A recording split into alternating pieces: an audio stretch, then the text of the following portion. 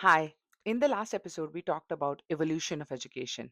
In this episode, we discuss another core question: what education is really for. In my first job, I had a mentor who constantly asked one question: what is the objective? Before meetings, before projects, before making decisions, he would always ask, what are we actually trying to accomplish? At the time, I didn't realize how much that question would shape the way I think. Later, when I became a teacher, I found myself asking exactly the same question before planning almost every lesson. What is the objective? What are students expected to learn? What should they know, understand, or be able to do by the end of this lesson? Then one day it occurred to me we spend a lot of time asking about the objective of individual lessons, but we rarely ask the same question about education itself. What is education actually for? And if we don't know the answer to that question, how do we know whether the changes we are making are actually moving us in the right direction? The thought stayed with me because everywhere I looked, people were debating education. Should schools become more AI based? Should they stay traditional? Should learning be more project based? Should students even memorize facts? Should AI become a part of every classroom? Adaptive learning should be a part of a classroom. These are all important conversations. But sometimes I wonder if we are debating the route without agreeing on the destination, because methods only make sense when they are connected to a purpose. So I decided to do something very simple: look backwards. If education has existed for thousands of years, perhaps history has something to teach us about why it exists in the first place. In our last episode, we talked about how education has continuously evolved. In early human communities, children learned through observation, participation, and responsibility. They learned skills they would need to survive and contribute to the communities they inherited. As societies became more complex, education evolved again. In ancient Greece, scholars explored philosophy, rhetoric, civic sense, mathematics. In India, Gurukul systems prepared students through the study of scriptures, governance, warfare, philosophy, and practical life skills. Family trades were passed from one generation to the next generation. Different societies taught different things. But as I looked across all these systems, I noticed something. The subjects changed, the methods changed, the cultures changed, but one pattern kept repeating. Each generation intentionally prepared the next generation for the world they were about to inherit. Then came mass education. Industrial societies needed literacy, numeracy, standardized skills on a large scale. Factories, governments, and growing economies required people who could read instructions, solve practical problems, keep records, and participate in civic life. Education evolved once again.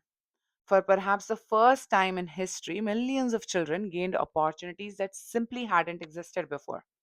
The methods changed, the scale changed, but once again, the purpose seemed remarkably similar: preparing the next generation for the world they were inheriting. And that's when something clicked for me. Perhaps education has always been humanity's way of preparing the next generation to thrive in the world they inherit and contribute to the world they leave behind. Not simply to pass exams, not simply to earn degrees, not simply to get jobs. All the all those things do matter. People need to be able to provide for themselves and their families. Economic independence is absolutely important, but maybe that's the only part of the picture. Maybe education is also about helping people become capable human beings, people who can think critically, care for themselves and others, adapt to change, participate in society, make thoughtful decisions, contribute meaningfully, and eventually help prepare the generation that follows them. Once I started looking at education through that lens, another realization followed. When we talk about changing the world, we usually focus on a handful of extraordinary people: the innovators, the inventors, the people whose names appear in history books. But societies don't function because of a handful of extraordinary individuals. They function because millions of people make thousands of decisions every single day. parents raising children, teachers guiding students, nurses caring for patients, neighbors helping neighbors, um, people keeping promises, doing honest work, supporting one another. These people are the fabric of our society. And one of the education's greatest responsibilities is probably helping children become the kinds of people with whom others can build healthy communities. That thought led me to another question. If education is trying to develop capable human beings, then why do we teach the subjects we teach? Maybe the issue isn't that our subjects are outdated. Maybe we have simply forgotten the deeper purpose. Why do we teach history? Not simply to memorize dates, but to understand human behaviors, patterns, consequences, and perspective. Why teach math? Not simply to calculate quickly, but to memorize logical reasoning, pattern recognition, and problem solving. What about science? Not simply to memorize facts, but to cultivate curiosity, evidence based thinking. Think about reading and writing. Reading expands our perspective, it exposes us to ideas beyond our own experience. And writing helps us organize our thoughts, our thinking, and communicate clearly. The more I reflected on this, the more I realized something.